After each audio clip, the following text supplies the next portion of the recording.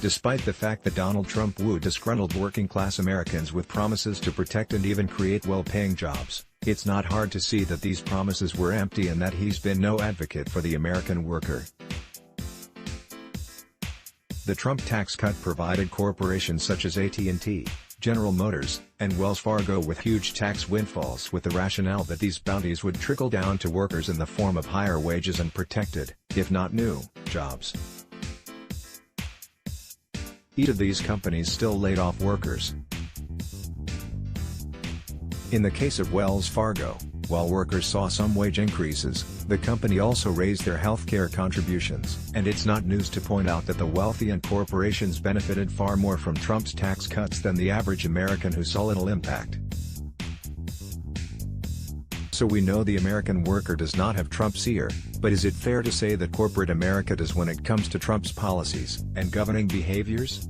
Evidence suggests not, prompting the question of which voices and which interests are guiding the policies and practices of the Trump administration.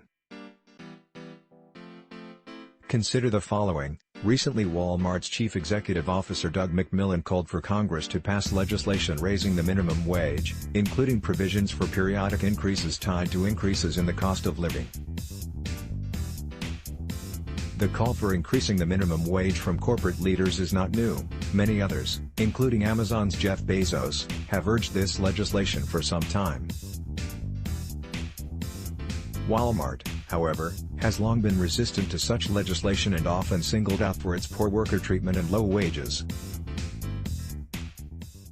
So for McMillon to urge not just a legislated increase but legislation that builds in ongoing increases is no small development and sends a strong signal from corporate America about how necessary addressing workers' wages is. Trump, to date, has not listened.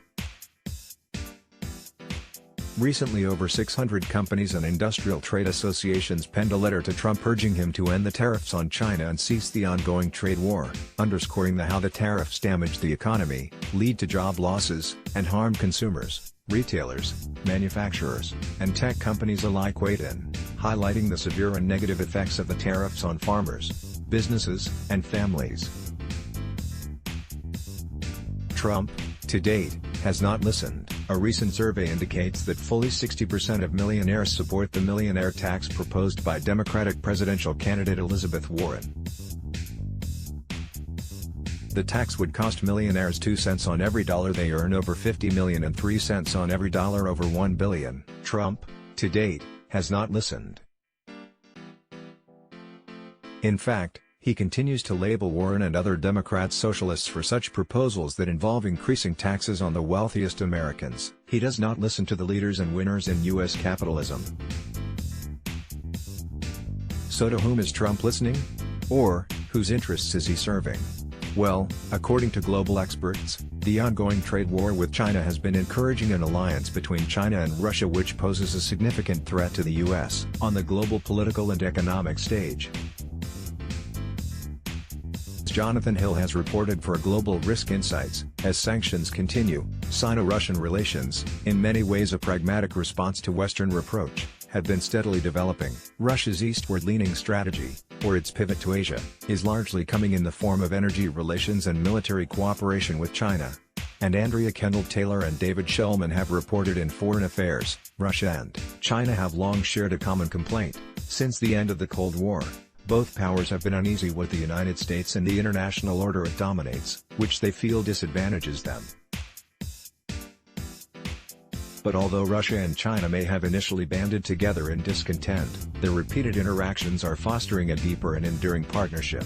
Trump's trade war only fuels this partnership, and corporate and economic leaders suggest the trade war only hurts the U.S.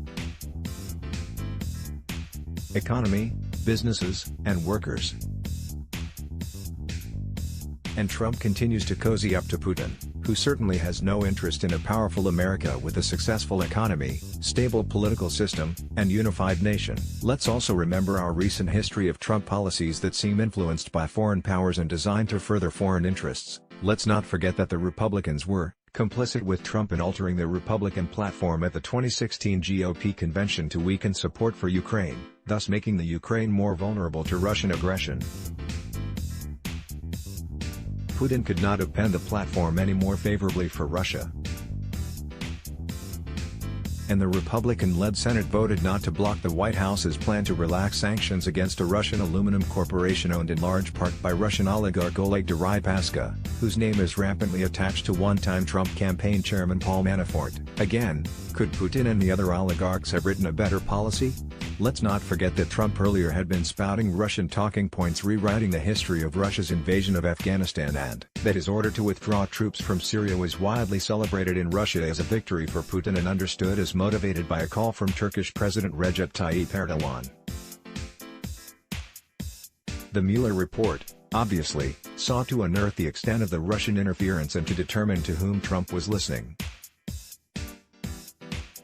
We can also play Sherlock Holmes and use our deductive reason to detect that his policies and overall governing behaviors do not seem to serve the interests of U.S. corporations or workers, and they are solidifying the nation's footing and influence in global affairs. Trump's disdain for NATO serves Russia.